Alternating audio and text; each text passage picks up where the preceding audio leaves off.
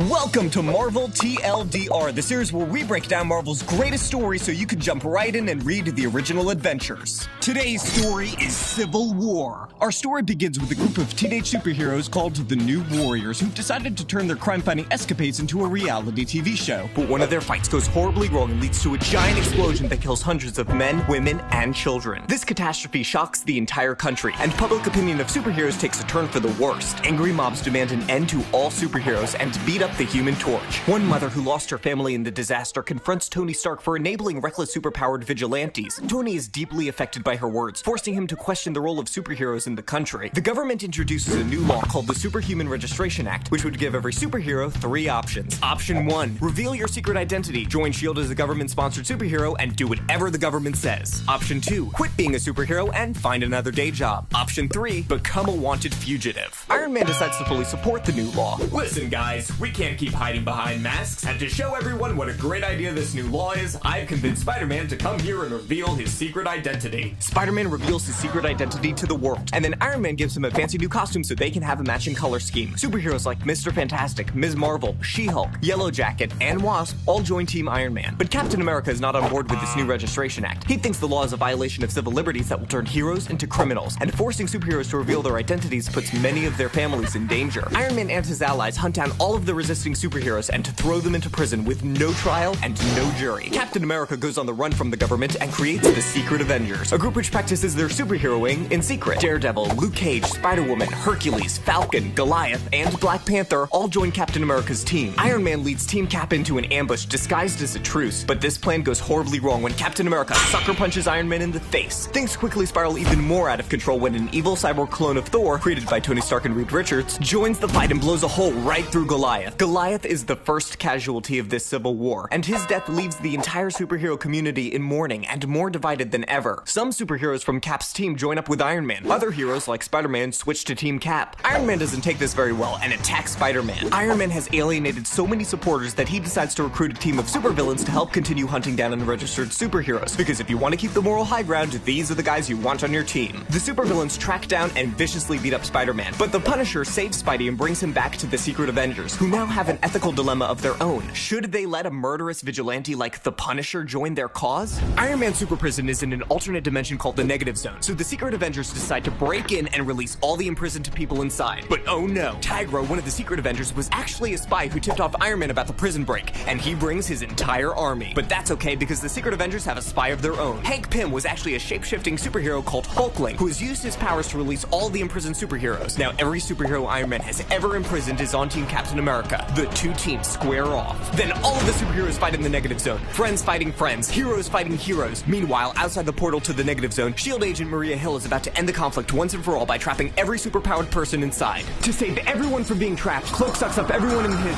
well, cloak, and drops them right in the middle of New York City. Now the fight gets superheated. Namor and his Atlanteans decide to help Team Captain America. Vision and the Captain clobber Iron Man. Spider-Man clobbers Mr. Fantastic. Hercules clobbers Thor. Captain America stands over Iron Man, about to deliver the final blow, when a bunch of emergency service workers jump in to stop him. Hey, I'm trying to save the day here. Oh.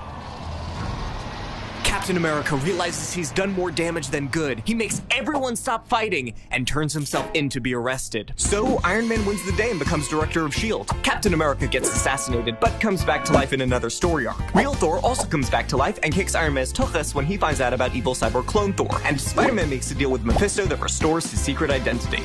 Boy, Spider-Man just can't catch a break. Thanks for watching this video. Read the original Civil War saga on Marvel Unlimited, on the Marvel Comics app, or in graphic novel edition wherever comics are sold.